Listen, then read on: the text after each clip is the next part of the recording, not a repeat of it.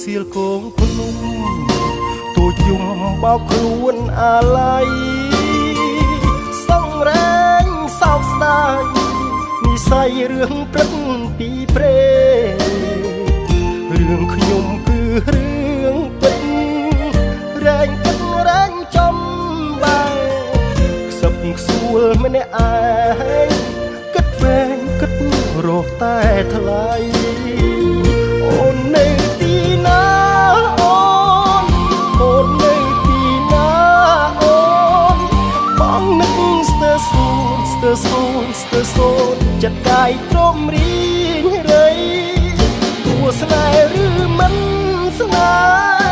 ហ៍ឲ្យតែប្រាប់មកថ្លៃ